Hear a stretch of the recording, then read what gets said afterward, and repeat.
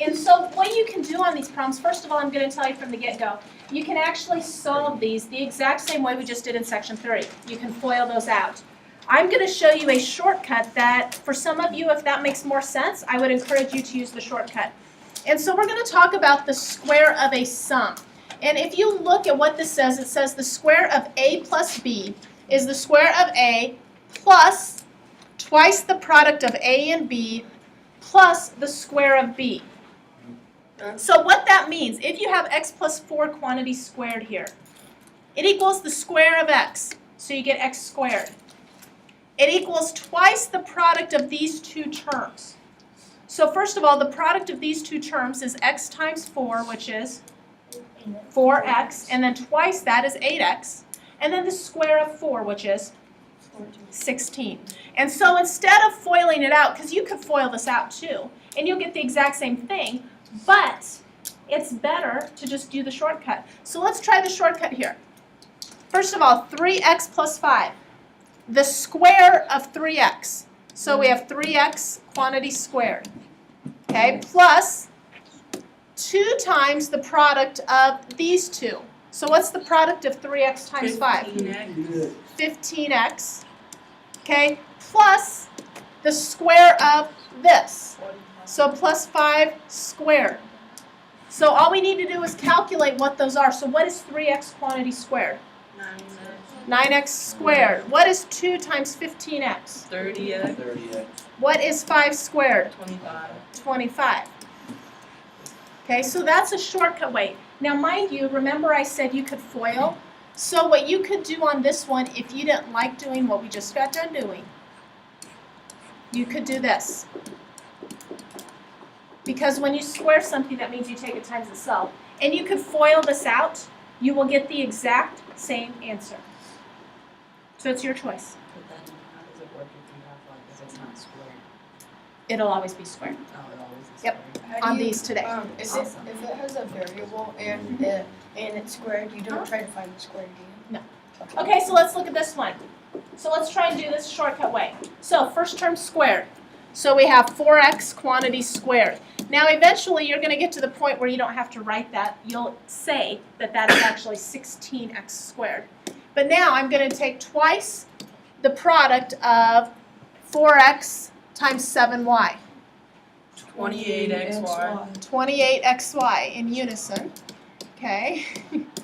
And then now we have our last term squared, which is 7y quantity squared.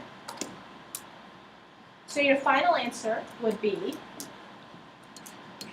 16x squared plus 58x. 56xy plus 49y squared. Okay. Now that's actually one of the tougher ones of the two. Let's look at this one now. Now this says what happens if instead of it being a plus b, if it's a minus b. The only thing that changes is the sign in the middle. So I don't know if you necessarily need to write this down. It's just that the sign in the middle becomes negative. So let's go through this again. So the product here would be this squared, so x squared. Now if you remember what I said, this next one has to be a negative 2. Okay, that's whenever that's a negative sign in the middle. This is a negative 2. So the product of x times 2y. 2xy, yep.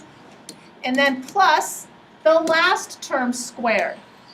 So the last term squared will be 2y quantity squared. So let's go ahead and write that out. My final answer will be x squared Plus minus 4xy. Yep, Plus 4y plus squared. 4y squared. Now once again, if you don't like this way, what you can do is you can say, oh, I would much rather do this.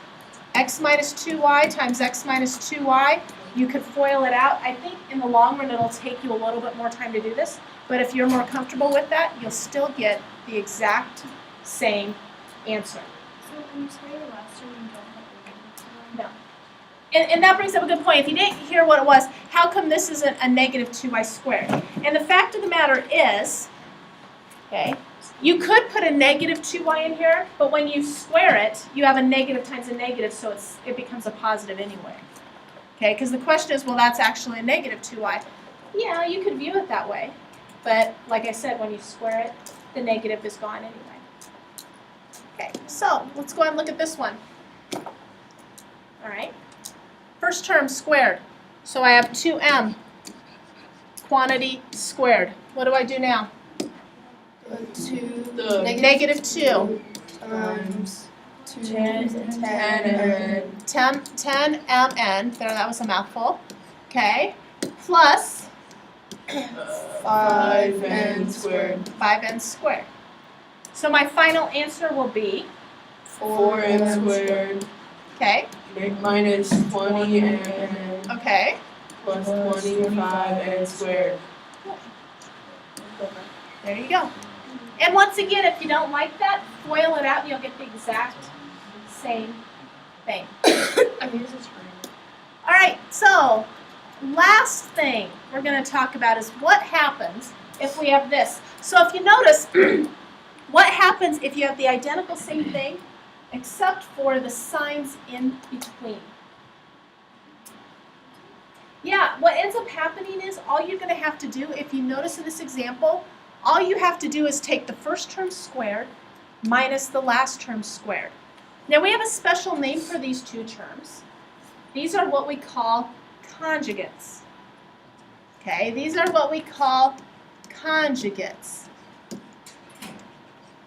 And what conjugates are?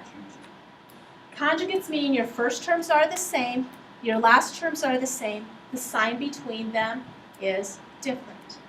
So all you have to do when you have a conjugate is we're just going to multiply our first terms. Okay, or I'm going to just take 2x squared quantity squared. Because that's what it said. I mean, that's what it means. Minus 3 squared. That's my last term squared.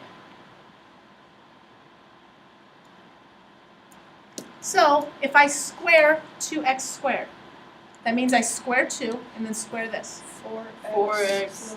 4x to the 4th minus 9. Another way, if you don't like that, okay, if you really get confused with that squaring thing, all you do here, 2x squared times 2x squared. 2 times 2 is 4. X squared times x squared is x to the 4th. And then you have 3 times 3, which is 9. Questions? Yeah? Do you add or multiply it? No, that's what it's. You always multiply them in that one. Okay, let's go ahead and look at this one. You try this one for me real quick. Last problem today. Last problem today. 4c plus 7d times 4c minus 7d. 4c plus 7d times 4c minus 7d.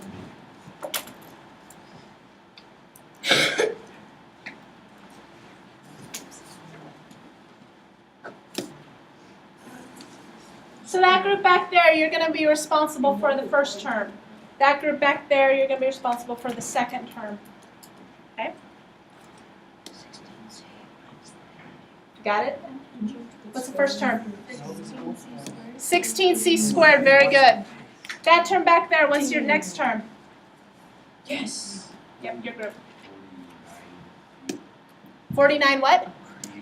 49 d squared. Good. And then remember we subtract the 2. Yes? Will it ever be like the other way around where the subtractions like It might be, and it still is the same thing. If you didn't catch the question is what happens if it was written, just a second, let me get rid of it. If it was written this way. And the answer is if it's written that way, you still do it the exact same. It doesn't matter that the subtraction sign is second. What you need to check is you need to check, are these two terms the same? If they're the same, and these two terms are the same, then you're just going to have to multiply first and last. On our assignment, So your assignment then for Monday, here you go, page 489, 12 through 48, the evens. You have the rest of the time to work. I suggest you do that, get it done so that you don't have homework this weekend. Okay, page 489, 12 through 48, the evens. President.